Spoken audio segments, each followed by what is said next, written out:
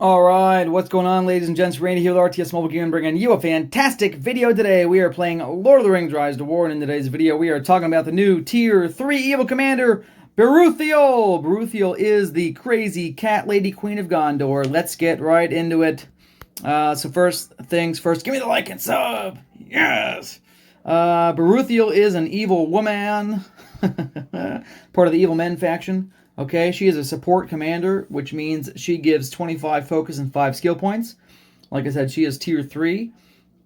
Her might is the lowest in the game at 0.25 per level.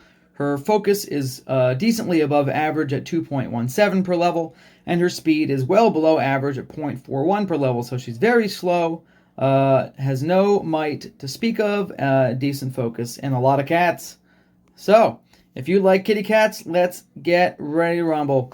Anyways, we're going to jump right into a quick analysis of the, what I've done here is calculated a bunch of things for you to look at with your face. So go ahead and screenshot this. Make sure my face is part of it. My face is trademarked. You owe me a quarter. I love you. Like and sub. Anyways, as you can see here, I've gone through and kind of done some rough calcs just for your information. Basically, if you have her maxed out, she's going to give you amazing bonuses against enemy men/evil men units that have high defense, okay? Since she is the Queen of Gondor, and that's literally the name of her rank 1 skill title there up the top. You see that? Queen of Gondor. It brings to mind the Gondor special units, the Tier 4 Swan Knights, which have enormous defense to begin with, and then they get plus an additional 100 defense for the first 3 rounds, and they redirect all damage back to the Swan Knights. So they are extremely strong physical damage counters.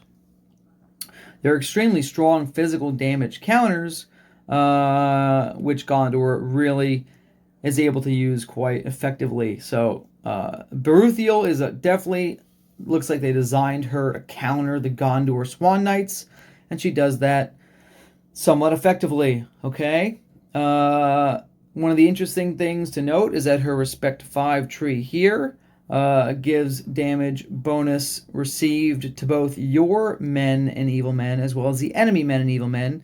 So you could see anywhere from an 18 to 25% increased damage received debuff on your units if you're using men and evil men, okay? And if you are facing enemy evil men, they'll also have that. They will also receive this Respect 3 talent tree for plus 14% damage received. So between the two of those, you're looking at 39 to 40% increased damage received, which is one of the most valuable damage stats in the game. Increased damage received debuff on an enemy is applied at the end of the combat formula calculations, okay? So that means it is literally one of the most valuable things in the game. Okay, after all mitigations, that's going to increase the damage received, okay? Versus increased damage dealt, which is applied earlier in the equation and then mitigated, right? Okay, she has an interesting tier 1 ability which gives you guys either plus 20% damage dealt or minus 20% damage received, which is interesting, plus an additional minus 15% damage received to your men and evil men. So if you are using the Respect 1 Queen of Gondor and the Respect 5 title here, you're going to get a total of 10% increased damage received to your men. You're going to gain about 40% increased damage dealt overall to enemy men and evil men, and you're going to reduce their defense by between 60 to 65, as well as from this Tier 1 Watcher ability, reduce their defense by anywhere from 22 to 30%, right, depending on your focus. With her decent focus at a high level, you're looking at potentially minus 30% defense. So, in addition to that, she has 2 anti-heal abilities that trigger on round 3. She also has a Madness ability, which gives another minus 35 defense, which triggers in round 3. Okay, and one of the more interesting abilities that she has that I didn't talk about yet is this one.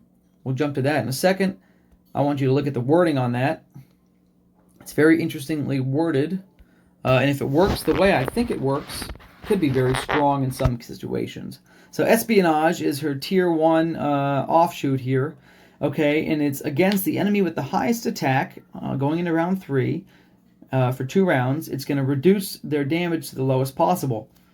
Okay, in addition to that, against the enemy with the highest defense, it's going to reduce their defense for 2 rounds. Okay, so going into round 3, this is going to potentially reduce like an alchemist damage range that's 1 to 17 down to 1. This is similar to Keeper of the Dead. King of the Dead. He's got his Respect 3 tree, gives that similar type of ability, reducing enemy damage to the minimum values. So maybe this is similar to that. Triggers in round 3 for 2 rounds. We'll have to see how that plays out. Okay, the minus defense is going to be nice against the Swan Knights, like we already talked about. So there's nothing else to really cover there. Okay, so that is Beruthiel. That's a short and sweet video. Basically, she's probably the weakest tier 3 commander for the evil side. She would probably be below average for tier 2, and she'd probably be on the upper, slightly above average range for tier 1. Honestly, I'd probably use Grima over Beruthiel unless I'm fighting alchemists or dwarven axe throwers and I really wanted to make use of espionage. But the thing about espionage is it triggers in round 3.